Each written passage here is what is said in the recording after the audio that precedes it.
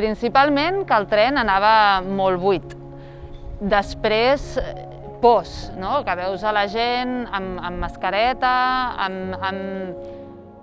amb mirades de por o de sobretot la fòbia al tocar coses en el tren, la gent inclús desequilibrant-se una mica per no haver-se d'agafar en el ferro. La gent a dins del tramvia ens necessitava.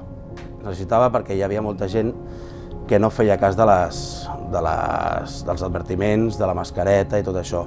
La flota de xòfers nostra, cap, ha patit el Covid. Si nosaltres protegim a les persones treballadores,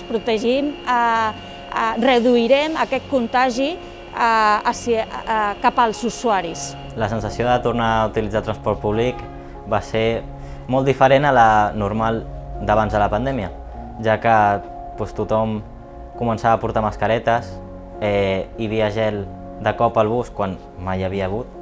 També els conductors tenien mampares noves que ens protegia. Tot era molt cambiat.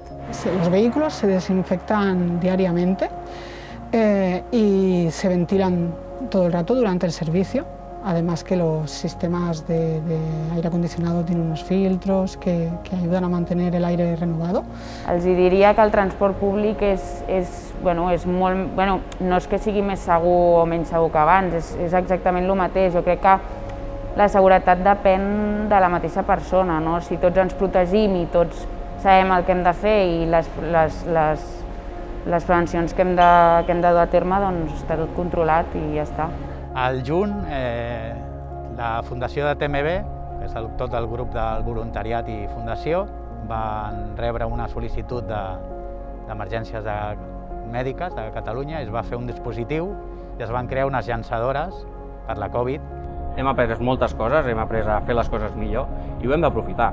Fem un viatge segur. Fem un viatge segur. Fem un viatge segur.